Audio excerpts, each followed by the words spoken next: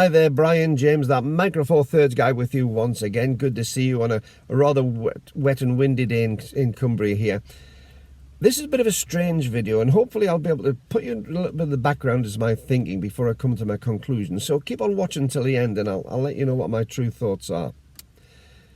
But you'll have seen much earlier on the series of videos from me, I've had a few discussions about the future of Micro Four Thirds and as to whether the Micro Four Thirds is a dead format or if it isn't a dead format. Obviously, we've had some of the other photography pundits quite seriously putting Micro Four Thirds down at times. But whenever I've done a video like that, I've found that the response from the comments is incredibly positive towards it. There are a lot of Micro Four Thirds users out there, and a lot of Micro Four Thirds users very happy to be using the format. But we've had this Micro Four Thirds is dead for a while. We've seen the fact that we haven't got big enough sensor counts insofar as megapixels compared to the rest. It's not full frame, so it doesn't work in low light, all those sort of things. You know them as well as I do. Now, we've also had the problem as well, a lot of naysayers coming online because of the takeover of Olympus compared to from its original parent company into the standalone company, which is now OMDS. And I've seen an awful lot of very negative comments about that, people saying they're going to leave Micro Four Thirds because Olympus isn't going to be there anymore. But of course Olympus still is here, and it's just got a different owner of the company, and it depended on what the company was going to be doing. It's one of my pet peeves when I've seen some of the comments actually when people say, I'm going to be leaving Olympus because of this, and you think, well, what's wrong with the camera you've got at the moment? Do you have to leave a format because the manufacturer isn't producing them anymore? I don't know. You know, is it necessarily the killer for you that the manufacturer's gone out of business to stop you taking photographs on the camera you currently have? Don't know. You let me know in the comments below. But it's been very, very negative. And then, of course, we've waited. We've waited for the GH6 from Lumix to come out. We waited for the WOW camera from Olympus to come out, this wonderful OM-1. And it's taken a long time, but in the last couple of months, those cameras have appeared on the scene.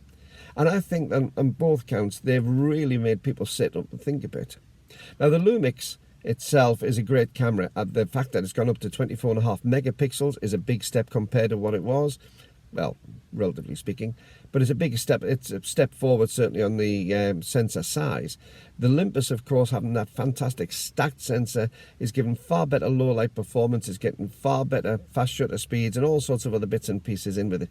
That's going to be the next direction that we're going to be going into, and it's good to see Micro Four Thirds leading the way on that again.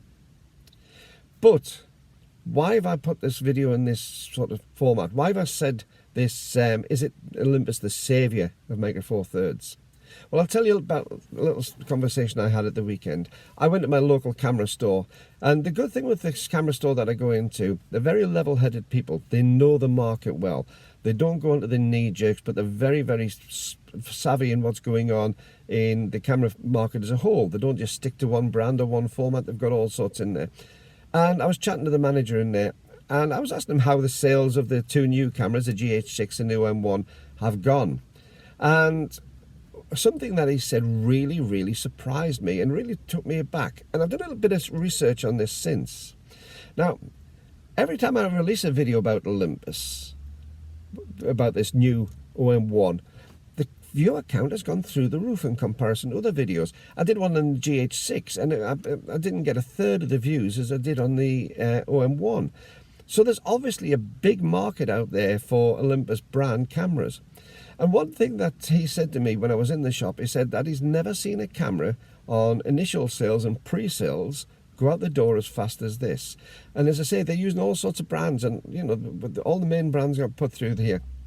And I remember going in about 3 or 4 years ago when the G9 was launched, and that was a big launch. That was a really big camera in that. And I compared it. I said, you know, was it bigger than a G9? He said considerably. It was noticeably bigger than that. It's the biggest thing in his time as manager of that shop that he's seen going out the door, and the speed of it.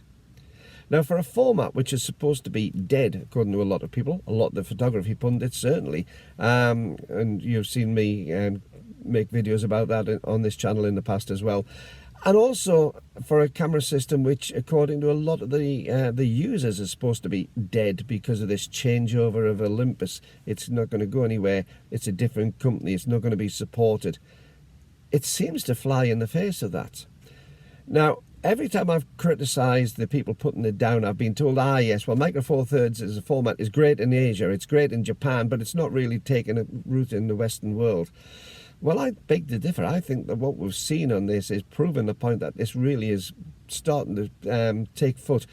And there's a lot of people who've invested £2,000 in this new camera body, $2,000, whatever it is, in a new camera body from effectively a new manufacturer, if you like. I know the R&D department's the same, and I know that a lot of the tooling will be identical to what they've had, but it is a different management, it's a different company in charge of it, and it's a different viewpoint from them. And this has given me a huge amount of hope. This new camera being released has really hit the ground running, and I think that it's something which is going to be given benefits for a considerable future for Micro Four Thirds.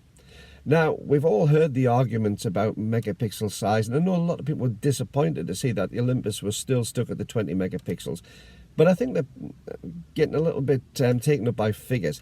I think you've got to look beyond just the straightforward figures, and you've got to start looking as to what else is on the camera and how it's been done. The new processor, for instance, the processing power on it is far superior to what we had on the OM-1 Mark III and the OM-1 Mark IIs and the OM-1X. The sensor, although it's the same megapixel count, is a totally different beast, and I'm really looking forward to pushing that to its limits a little bit. I think it's going to be fun.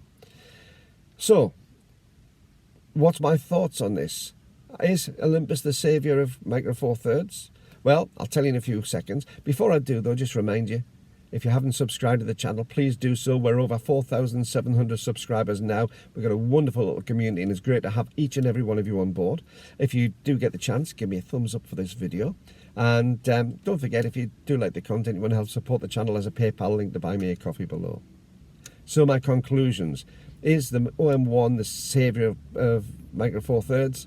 Well, it's maybe not the singular saviour of Micro Four Thirds. I think between it and the GH6, they are really pulling it forwards. But I think what the impact of the OM-1 has been, this wow camera has been, is to reignite a flame in people's minds and reignite an interest in Micro Four Thirds, which may have been waning.